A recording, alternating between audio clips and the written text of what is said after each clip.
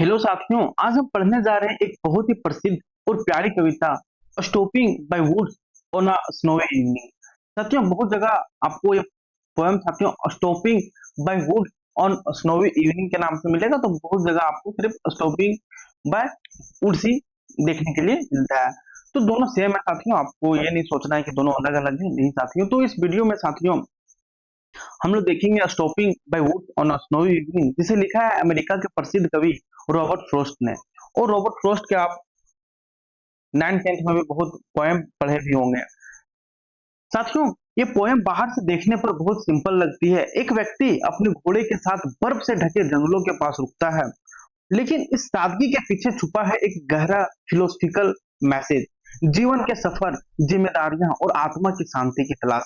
साथियों, इस पोएम को हम लोग एक पहले एक ओवरव्यू देख लेते हैं, तब हम लोग लाइन बाय लाइन इसका एक्सप्लेनेशन देखेंगे तो और भी अच्छे तरीके से सभी चीजें क्लियर होगी। साथियों, इस पोयम में पोइट एक सुनसान बर्फ से ढके जंगल में रुकते हैं। वो शांति और सुंदरता में खो जाते हैं, लेकिन फिर उन्हें याद आता है कि उन्हें अभी बहुत दूर जाना है। उनके ऊपर जिम्मेदारियां हैं, वादे निभाने हैं, ये सारी चीजें। और साथियों, आप इस पोएम में दो लाइन है जो कि बहुत ही प्रसिद्ध और बहुत ही इंपॉर्टेंट लाइन है। कवि कहते हैं, but I have promises to keep and miles to go before I sleep. हम आपको जब लाइन बाय लाइन एक्सप्लेनेशन करवाएंगे तो उस टाइम तो हम बताएंगे ही साथियों, लेकिन हम चाहते हैं कि आप एक ओवरव्यू ले लीजिए, ताकि जब हम आपको पढ़ाएं तो आप ये चीज रिलेट कर सकें कि कवि किस चीज के बारे में बोल रहे हैं। साथियों, फिर से हम आपको बता देते हैं ओवरव्यू इसका। साथियों, इस पोएम में पोएट एक सुनसान बर्फ से ढके जंगल में रुकते हैं। वो शांति और सुंदरता में खो जाते हैं, लेकिन फिर उन्हें याद आता है, रॉबर्ट फ्रॉस्ट को याद आता है कि उन्हें अभी बहुत दूर जाना है। उनके ऊपर जिम्मेदारियां हैं, वादे निभाने हैं और भी बहुत सारी चीजें रॉबर्ट फ्रॉस्ट को अपनी जिंदगी में करने हैं। और अंत की पंक्तियां बहुत प्रसिद्ध है इस पोएम का साथियों, जिसमें कवि कहते हैं, but I have promises to keep and miles to go before I sleep. इसमें कवि कहते हैं कि जीवन में अभी बहुत काम बाकी है, but I promises to keep and miles to go before I sleep. जीवन में अभी बहुत काम बाकी है। और ये स्लीप जो शब्द कवि इस पोएम में कहे हैं साथियों, इसका सिर्फ साथियों नींद से मतलब नहीं है, बल्कि मृत्यु का प्रतीक भी माना जाता है। तो साथियों, इस पोएम में हम प्रकृति की सुंदरता का अनुभव को देखेंगे, जीवन की जिम्मेदारियों की याद है, और अंत में साथियों एक गहरी दार्शनिक सोच है जीवन और मृत्यु के बीच संतुलन की। तो साथियों, इस वीडियो में हम इस पोएम को 3 भागों में समझेंगे। पहला साथियों, पोएम को हम लोग लाइन बाय लाइन एक्सप्लेनेशन को देखेंगे एकदम आसान हिंदी में। फिर समझेंगे पोएम का सेंट्रल आइडिया, मैसेज और थीम। और लास्ट में देखेंगे एग्जाम के लिए इंपॉर्टेंट क्वेश्चन, जैसे पोएट इंट्रो और भी बहुत चीजें जो एग्जाम में आपसे पूछी जाएगी। तो चलिए साथियों, हम लोग इस पोएम को लाइन बाय लाइन समझते हैं और देखते हैं कि Robert Frost stopping by woods जंगल में वो क्या बात कर रहे हैं इन सारी चीजों को। साथियों, ये जो पोएम है तो बहुत छोटा, लेकिन इसमें जो मैसेज रॉबर्ट फ्रॉस्ट दिए हैं साथियों, वह बहुत ही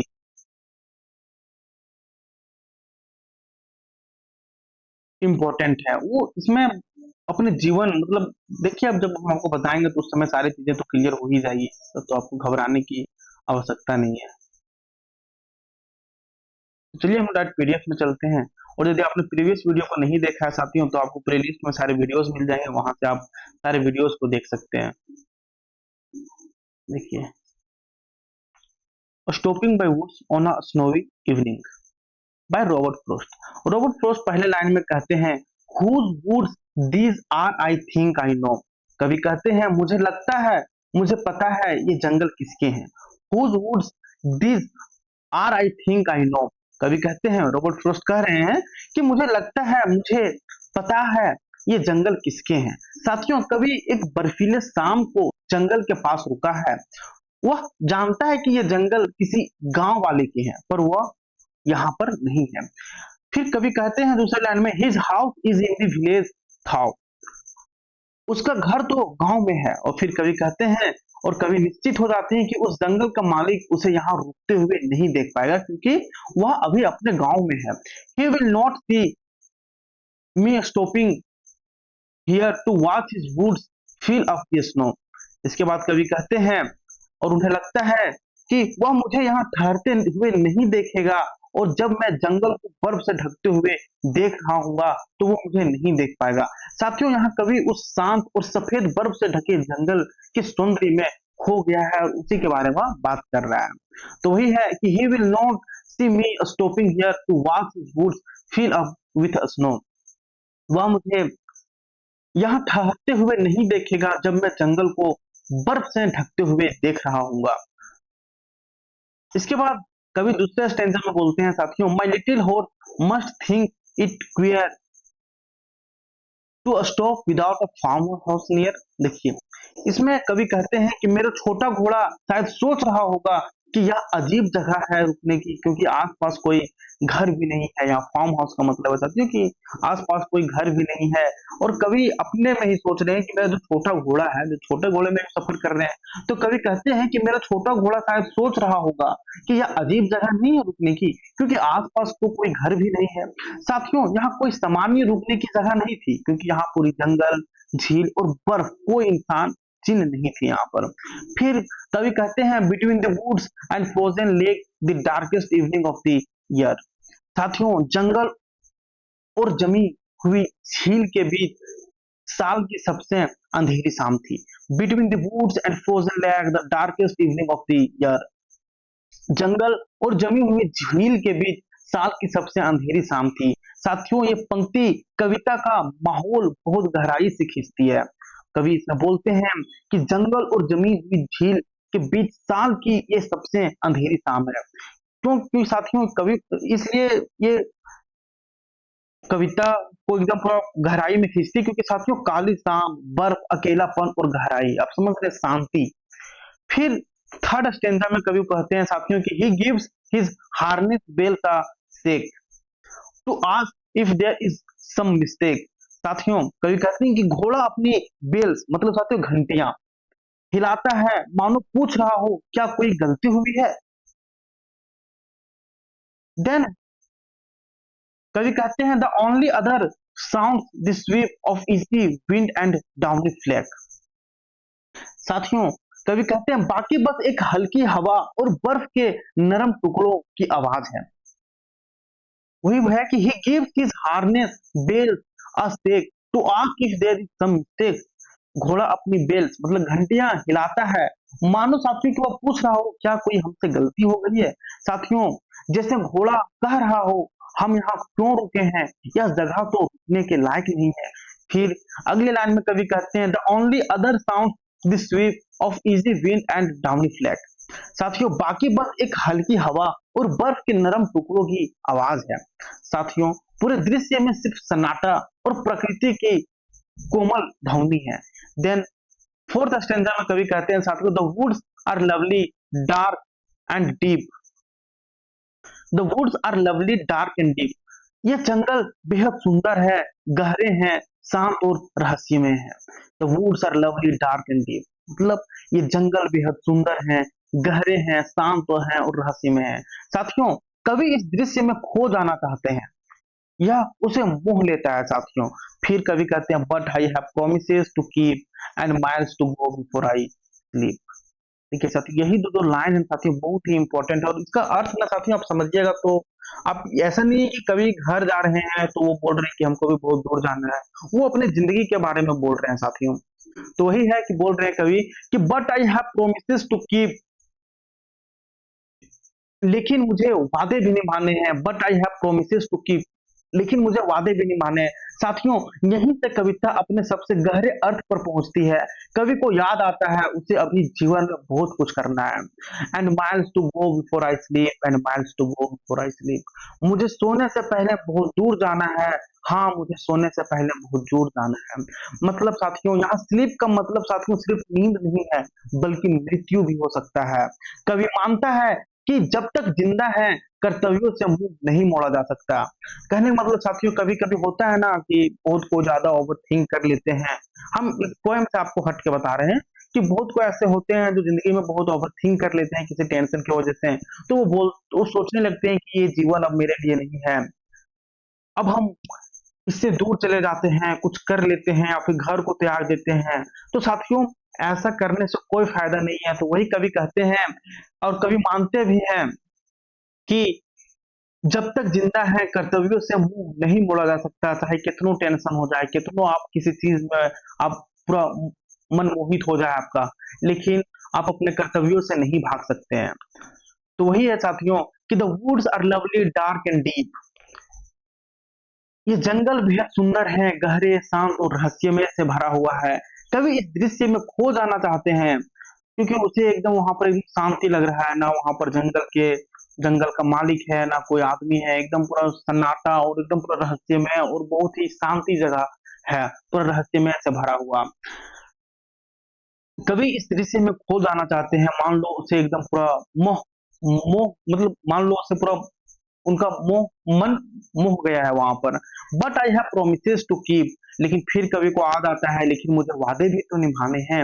साथियों, यहीं से कविता अपने सबसे गहरे अर्थ पर पहुंचती है। कवि को याद आता है उसे अभी जीवन में बहुत कुछ करना है। जैसे मान लीजिए कि कभी हम लोग ओवर थिंक कर लेते हैं, तो फिर कभी कभी नहीं ख्याल आता कि नहीं यार, अभी तो जिंदगी में बहुत कुछ करना है, अभी उम्र ही क्या हुआ है, या फिर अभी तो बहुत समय है, चलो कर ही लेंगे, अभी तो टाइम है ना, कर लेंगे। तो वही कवि कहते हैं साथियों कि but I have promises to keep, लेकिन मुझे वादे भी निभाने हैं। यहीं से कविता साथियों अपने सबसे गहरे अर्थ पर पहुंचती है। कवि को याद आता है उसे अभी जीवन में बहुत कुछ करना है। And miles to go before I sleep, and miles to go before I sleep. और कवि कहते हैं मुझे सोने से पहले बहुत दूर जाना है। हाँ, मुझे सोने से पहले बहुत दूर जाना है। साथियों, यहाँ जो स्लीप का अर्थ है साथियों, इसका मतलब सिर्फ नींद नहीं है, बल्कि मृत्यु भी हो सकता है। कवि मानते हैं कि जब तक जिंदा है कर्तव्यों से मुंह नहीं मोड़ा जा सकता। और आप एक याद रखिए साथियों कि जब तक जीवन है तब तक टेंशन, स्ट्रेस ये सब जिंदगी से खत्म नहीं होने वाली है। तो जो भी है, जैसे भी है, आप अपने कर्तव्यों से पीछे मत हटिए, उसका सामना कीजिए। क्योंकि देखिए इस कवि में क्या है, जब कभी सफर कर रहे होते हैं, कहीं जा रहे होते हैं, तो उन्हें एक जंगल मिलता है जो पूरा बर्फ से ढका हुआ रहता है, पूरा सन्नाटा, पूरा शांति। वो वहां पर उनको लगता है कि यहीं पर हम रह जाएं, लेकिन फिर उनको याद आता है कि नहीं, हमको जिंदगी में बहुत दूर जाना है।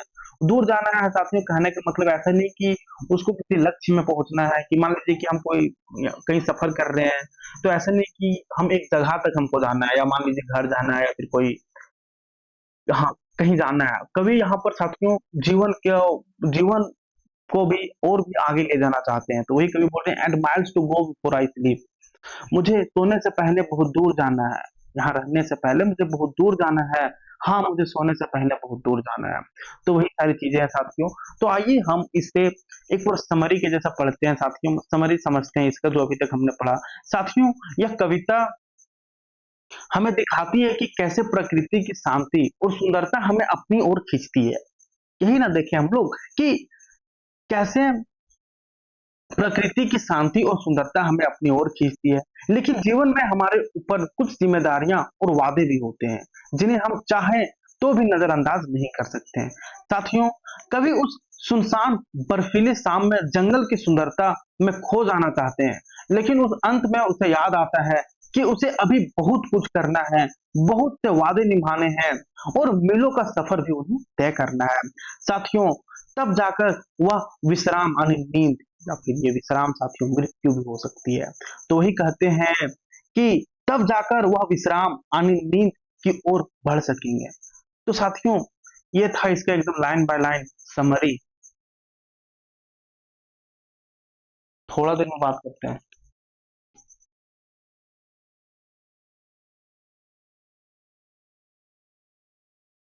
आइए साथियों, इसका हम लोग पूरा इंट्रोडक्शन, इसका थीम और सभी चीजें को अच्छे से समझते हैं। ये जो हम लाइन बाय लाइन एक्सप्लेनेशन देखे साथियों, यदि अभी भी आपको बहुत सारी चीजें समझ में नहीं आई है, तो जब हम आपको ये सारी चीजें बताएंगे, तो हम 100% बोलते हैं साथियों ये चीजें आपके दिमाग में बैठ जाएंगे। क्योंकि साथियों ये आपके यूनिवर्सिटी एग्जाम के लिए तो इम्पोर्टेंट है ही, और कई बार इसे कॉम्पिटिटिव एग्जाम में भी पूछ लिया जाता है। तो चलिए इसे हम लोग और भी बेहतरीन तरीके से समझते हैं। क्या है? A Stopping by Woods on a Snowy Evening is one of the most popular and beautiful poems by Robert Frost, an American poet known for his deep connection with nature and human emotions. साथियों, A Stopping by Woods on a Snowy Evening अमेरिकी कवि Robert frost की सबसे लोकप्रिय और सुंदर कविताओं में से एक है। साथियों, रॉबर्ट फ्रॉस्ट प्रकृति और मानवीय भावनाओं से गहरे जुड़ाव के लिए प्रसिद्ध है। The poem describes a simple scene where the speaker stops to admire the silent snow-filled woods on a dark winter evening, but he remembers that has duties and responsibilities to fulfill before he can rest. साथियों, इस कविता में एक साधारण दृश्य दिखाया गया है जहां एक व्यक्ति सर्दी की अंधेरी शाम में बर्फ से ढके शांत जंगलों को देखकर रुक जाता है। The poem describes a simple scene where the speaker stops to admire the silent snow filled woods on a dark winter evening. साथियों, इस कविता में एक साधारण दृश्य दिखाया गया है, सिंपल सीन, जहां क्या है साथियों, जहां एक व्यक्ति सर्दी की अंधेरी शाम में बर्फ से ढके शांत जंगलों को देखकर रुक जाता है, लेकिन but remembers that he has duties and responsibilities to fulfil before he can rest. लेकिन फिर उसे याद आता है कि उसे अभी अपने कई कर्तव्यों और जिम्मेदारियों को पूरा करना है। आइए साथियों, इसका हम लोग सेंट्रल आइडिया देखते हैं। The central idea of the poem is the contrast between the beauty of nature and the responsibilities of life. इसका मुख्य विचार क्या है साथियों? इस कविता का जो मुख्य विचार है वह यह है कि प्रकृति की सुंदरता और जीवन की जिम्मेदारियों के बीच का विरोधाभास।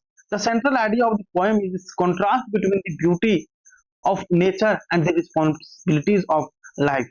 प्रकृति की सुंदरता और जीवन की जिम्मेदारियों के बीच का विरोधाभास इसमें हम लोग को देखने के लिए मिल रहा है। The speaker is drawn towards the calmness, peace and quiet of the snowy woods, which represent escape, rest or even death. साथियों, कवि को उन शांत, सुंदर और गहरे जंगलों की शांति बहुत आकर्षित करती है, जिन्हें उसे आराम, शांति या शायद मृत्यु तक का अभ्यास होता है। However, he reminds himself that he has promises to keep and work to do before he can rest. लेकिन वह खुद को याद दिलाते हैं कि उसे वादे निभाने हैं और बहुत कुछ करना बाकी है मरने या विश्राम से पहले। तो ये थे साथियों इसका सेंट्रल आइडिया। सेंट्रल आइडिया क्या देखें कि इस कविता का जो मुख्य विचार है साथियों वह यह है कि प्रकृति की सुंदरता और जीवन की जिम्मेदारियों के बीच का विरोधाभास।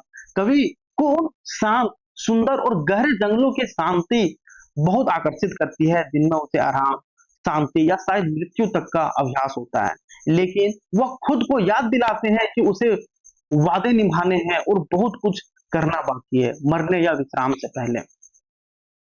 आइए साथियों, इसका एक्सप्लेनेशन हम लोग और भी साधारण शब्दों में समझते हैं। The speaker is riding through the woods on a dark evening when he stops for a moment to watch the snow falling softly. The woods are lovely, dark and deep, and the quietness of the scene gives him a feeling of peace and calmness.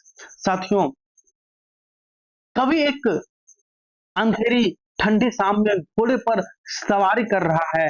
वह एक पल के लिए रुकता है ताकि गिरती हुई बर्फ और शांत जंगलों को निहार सके। कभी कभी ऐसा नहीं होता साथियों कि आप मान लीजिए कहीं जा रहे हैं, कोई दृश्य आपको इतना अच्छा लगा तो मन नहीं करता कि यहाँ कुछ देर बैठ लें, यहीं पे है, कितना शांति है। उसी प्रकार साथियों कवि को लग रहा है the speaker is riding through the woods on a dark evening when he stops for a moment to watch the snow falling softly. The woods are lovely, dark and deep, and the sweetness of the scene gives him a feeling of peace and calmness. साथियों, कवि एक अंधेरी ठंडी शाम में घोड़े पर सवारी कर रहा होता है। वह एक पल के लिए रुकता है ताकि गिरती हुई बर्फ और शांत जंगलों को निहार सके। साथियों, वह जानता है कि जिस जंगल को वह देख रहा है उनका मालिक गांव में रहता है, इसलिए वह आराम से रुक सकता है, कोई उसे नहीं देखेगा। इसके बाद कवि कहते हैं कि उसका घोड़ा हैरान होता है क्योंकि उसे सुनसान और वीरान जगह पर रुकना असामान्य लगता है। The speaker knows that the owner of the woods lives far away and will not see him stopping here, और his horse seem puzzled because it is unusual to stop in the middle of the journey in such a sweet, lovely, lonely place. क्या साथियों, कवि जानता है, the speaker knows that the owner of the wood, जो हम आपको कुछ देर पहले ही बताए साथियों, वह जानते हैं कि जिस जंगल को वह देख रहा है उसका मालिक गांव में रहता है, इसलिए वह वहां पर आराम से रुक सकता है, कोई उसे नहीं देखेगा। साथियों, इसके बाद कवि कहते हैं His horse seems puzzled because it is unusual to stop in the middle of the journey in such a quiet lonely place. साथियों उसका घोड़ा हैरान होता है क्योंकि ऐसे सुनसान और वीरान जगह पर रुकना असामान्य लगता है। चारों ओर बहुत शांति है, बस हवा की आवाज और बर्फ गिरने की मुलायम सरसराहट सुनाई देती है। साथियों जंगल उसे बहुत सुंदर, शांत और रहस्यमय लगते हैं, मानो वह वहीं रुक जाए। लेकिन तभी उसे याद आता है उसके देखिए तभी उनको as the speaker watches the snow gently falling, he feels the pull of the peaceful woods, but then he remembers that he has promises to keep, which means he has duties. हम लोग बहुत ऐसा पढ़े हैं साथियों, तो बहुत सारे लाइनें हमको याद है। तो वही है कि as the speaker watches the snow gently, he feels the pull of the peaceful wood, but then he remembers that he has promises to keep, which means he has duties, responsibilities, and goals in life. He must continue his journey because he has a long way to go before he can't truly rest. देखिए क्या है साथियों कि यहाँ तक तो हम लोग देखेंगे चारों ओर बहुत शांति, बस हवा की आवाज और बर्फ गिरने की मुलायम सरसराहट थी। जंगल साथियों जंगल उसे बहुत सुंदर, शांत और रहस्यमय लगते हैं, मानो वह वहीं रुक जाए। लेकिन तभी उसे याद आता है कि उसके जीवन में कई वादे, जिम्मेदारियां और लक्ष्य हैं जिन्हें उसे पूरा करना है। साथियों कविता के जो दो फाइनल लाइन्स है साथियों, जिसमें कवि कहते हैं and miles to go before I sleep and miles to go before I sleep, ये साथियों बहुत ही प्रसिद्ध और गहरा अर्थ रखती है। यह सिर्फ यात्रा की दूरी नहीं बल्कि जीवन की पूरी यात्रा और मृत्यु से पहले के कर्तव्यों की याद दिलाता है। We are famous and have deep meaning. They suggest both the literal journey the speaker must complete, the larger journey of life which must be lived fully before death. साथियों कविता की जो दो अंतिम पंक्तियां हैं जिसमें कवि कहते हैं and miles to go before I sleep and miles to go before I sleep, साथियों यह बहुत प्रसिद्ध है और गहरा अर्थ रखती है। साथियों यह सिर्फ यात्रा की दूरी नहीं बल्कि जीवन की पूरी यात्रा और मृत्यु से पहले के कर्तव्यों को यह याद दिलाती है। आइए साथियों अब नेक्स्ट हम लोग बात करते हैं थीम्स ऑफ द पोएम, कविता की प्रमुख विषयों के बारे में, जिसमें ब्यूटी ऑफ नेचर, इसमें कवि इसमें क्या करना चाहते थे तो प्रकृति की सुंदरता, the calm quiet and peaceful snowy wood symbolise the beauty of nature. साथियों शांत सफेद बर्फ से ढके जंगल प्रकृति की खूबसूरती और आकर्षण को दिखाते हैं। इसके बाद साथियों temptation of rest, the woods represent rest escape और इवन डेथ। साथियों टेम्पटेशन ऑफ रेस्ट का मतलब होता है साथियों आराम या मृत्यु का आकर्षण। साथियों जंगल केवल आराम ही नहीं मृत्यु के प्रतीक भी हो सकते हैं। इसके बाद तीसरा में जो है साथियों ड्यूटी एंड रिस्पॉन्सिबिलिटीज, इसका मतलब होता है कर्तव्य और जिम्मेदारी। The poet remind us that despite the beauty of life we must continue to fulfill our obligation। कवि कहते हैं साथियों कि कवि याद दिलाते हैं कि जीवन की सुंदरता के बावजूद हमें अपने कर्तव्यों को नहीं भूलना चाहिए। चौथा जो है वह है life journey, the poem reflects the idea that life is a journey with responsibilities and one cannot stop until the journey is complete। साथियों क्या कवि कहते हैं जीवन एक यात्रा है, लाइफ जर्नी जीवन एक यात्रा है, जिसमें कवि कहते हैं the poem reflects the idea that life is a journey with responsibilities and one can not stop until the journey is complete. साथियों कविता यह भी कहती है कि जीवन एक लंबी यात्रा है जिसे पूरा किए बिना रुका नहीं जा सकता। आइए साथियों कविता का बहुत ही इंपॉर्टेंट जो सेगमेंट है मैसेज ऑफ द पोएम, कविता का संदेश क्या है साथियों इसे हम लोग देखते हैं। The poem conveys that life offers moments of peace and beauty but we can not stop for long because we have duties responsibilities and promises to fulfill। It teaches us the importance of balance between enjoyment of life and fulfilling one's duty। साथियों यह कविता हमें सिखाती है कि जीवन में ऐसे क्षण आते हैं जहां सब कुछ शांत और सुंदर लगता है, लेकिन हमें याद रखना चाहिए कि हमारे पास कुछ जिम्मेदारियां, वादे और लक्ष्य भी होते हैं। हमें जीवन का आनंद लेना चाहिए लेकिन साथ ही अपने कर्तव्यों को निभाना भी जरूरी है। देखिए साथियों बहुत वो ऐसे होते हैं जो इस उम्र में यहाँ वहां भटक जाते हैं, मतलब हो सकता है गलत संगत में भटक जाते हैं और बहुत कुछ। तो हाँ, ये सभी चीजें याद रखनी होगी साथियों को कि हम लोग को जीवन में बहुत आगे भी जाना है। हम लोग जो चीज में अभी हम लोग को खुशी मिल रही है वही चीज कभी जाके एक रिग्रेट का फीलिंग भी दे सकती है। तो इस कविता से साथियों हम लोग को यही संदेश मिलता है कि और यही सीख मिलती है कि जीवन में ऐसे क्षण आते हैं, हो सकता है कि अभी आए होंगे या फिर अभी आ रहे हैं तो आपको भी अच्छा लग रहा होगा। लेकिन साथियों ये जो खुशी होते हैं कुछ पल के लिए होते हैं। आपको ये चीज़ याद रखनी होंगे कि अभी बहुत सारी ज़िम्मेदारियाँ हैं, बहुत सारी रिस्पॉन्सिबिलिटीज़ है। रिस्पॉन्सिबिलिटीज़ हो सकती है घर का हो, पढ़ाई का हो, करियर का हो, बहुत चीज़ें हैं। लेकिन अभी यदि इस उम्र में हम लोग यहाँ-वहाँ भटक जाते हैं, तो ये बाद में जाके हमें दिक्कत कर सकती है।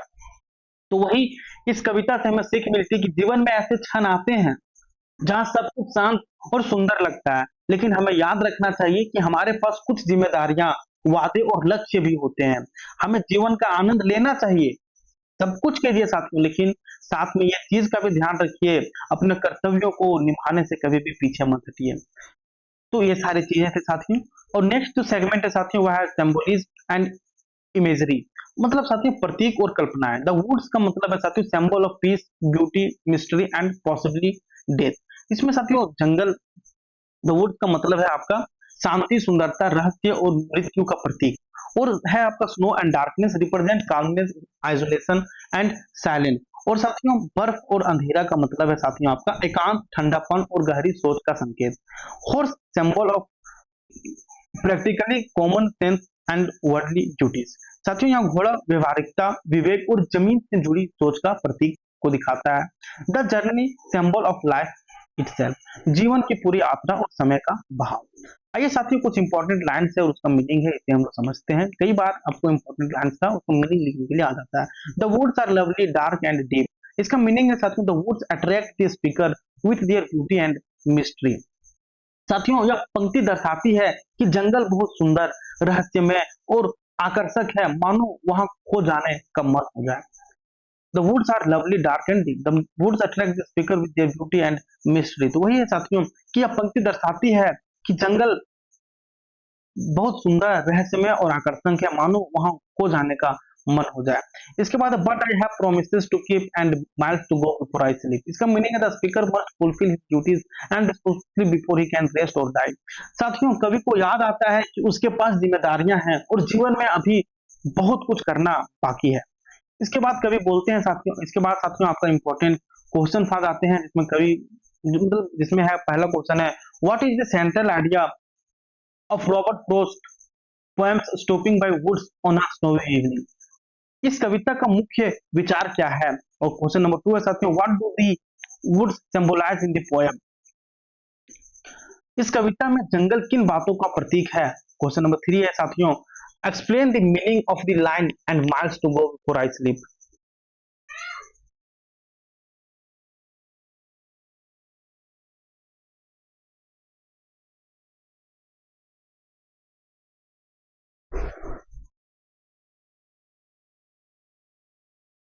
देन नेक्स्ट क्वेश्चन आपका है how does the poet present the theme of duty and responsibilities in the poem.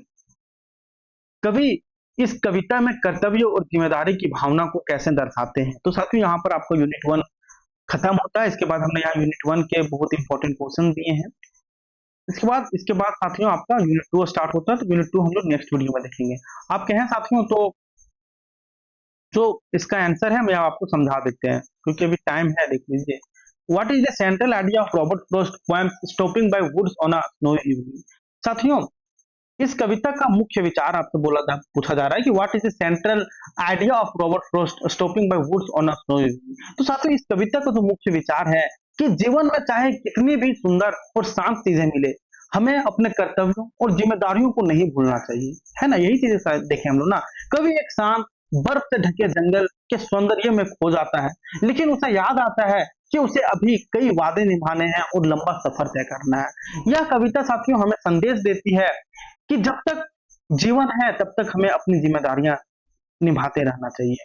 Question number 2 है what do the word woods symbolise in the poem. इस कविता में जंगल किन बातों का प्रतीक है। तो क्या है साथियों इस कविता में वुड्स आने जंगल का अर्थ है साथियों सिर्फ पेड़ पौधे का समूह नहीं, बल्कि यह जंगल शांति, सुंदरता, अकेलापन और मृत्यु का प्रतीक है। कवि को यह जंगल इतने आकर्षक लगते हैं कि वह वहीं रुक जाना चाहते हैं।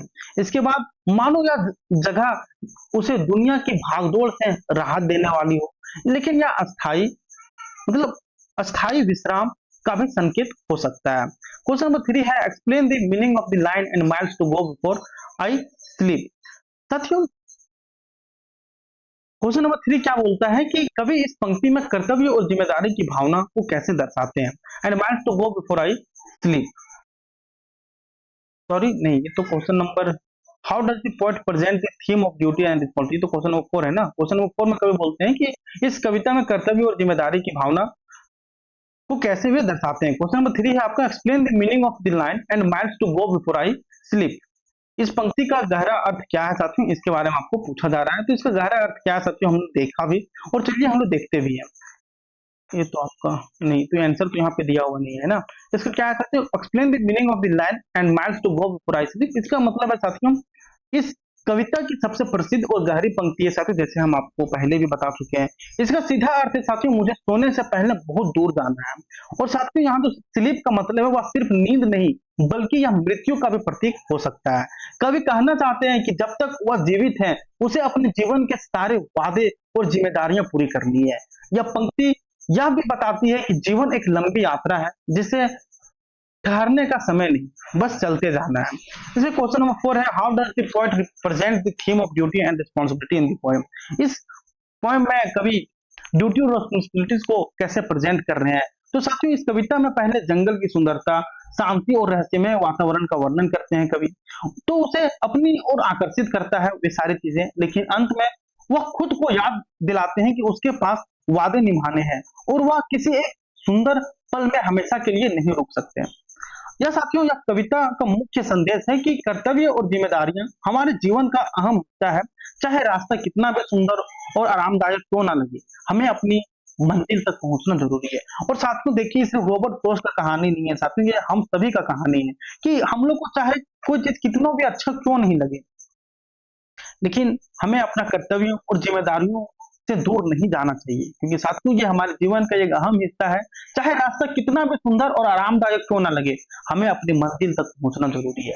साथियों यदि आप अपने से अपने रियल लाइफ से रिलेट कीजिएगा, देखिए कभी क्या होता है ना कि हम लोग छोटे छोटे चीजों में बहुत खुश हो जाते हैं और 2-4 मिनट 5 मतलब 1.5-2 महीना 1-1.5 साल की खुशी के लिए हम लोग पूरा अपना कैरियर बर्बाद कर देते हैं। कैरियर हो सकता है कि दोस्ती यारी में बर्बाद कर रहे हो, या फिर गलत संगति में बर्बाद कर रहे हो, या फिर और भी बहुत कुछ जो इस उम्र में होते हैं वे सारी चीजों में कर रहे हैं। तो नहीं साथियों, ठीक है सब चीज कीजिए लेकिन लिमिट भर कीजिए।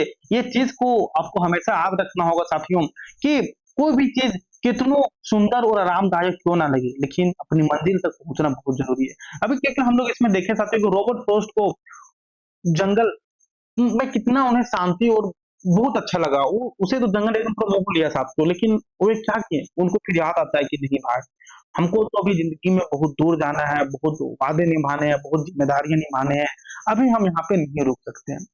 तो साथियों इसी प्रकार हम लोग का जिंदगी भी है साथियों कि हम लोग कोई मतलब कुछ अच्छा मिल जाए तो हम लोग बस उसी में निर्भर नहीं रह सकते हैं कि नहीं चलो अब इसी में अपना जीवन व्यापक करते हैं। तो पता है हम लोग जो पोएम वगैरह पढ़ते हैं साथियों, तो हम लोग बस इसलिए नहीं पढ़ते हैं कि एग्जाम दे दें, सिर्फ हम लोग इसलिए भी पढ़ते हैं कि इससे कुछ सीखें और अपना जिंदगी में इम्प्लीमेंट करें।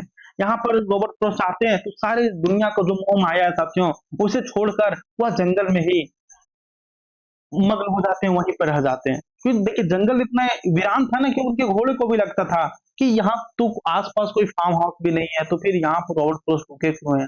तो ये सारी चीजें तो साथ को ज्यादा नहीं बोलते हैं ना, तो बोलिएगा कि सर वीडियो काफी लंबा हो गया, ये सारी चीजें। तो साथ में यदि वीडियो आप लोग को अच्छी लगी हो तो वीडियो को लाइक करें, चैनल को सब्सक्राइब करें और दोस्तों के साथ शेयर करना ना भूलें। मिलते हैं साथियों यूनिट 2 में, जिसमें हम लोग देखेंगे आगे के टॉपिक्स को। और साथियों आप हमारे चैनल को सब्सक्राइब करके रखिए, क्योंकि हम यहाँ पर ऐसे ही वीडियोस आपकी यूनिवर्सिटीज के लिए लाते रहते हैं। धन्यवाद साथियों, मिलते हैं नेक्स्ट वीडियो में।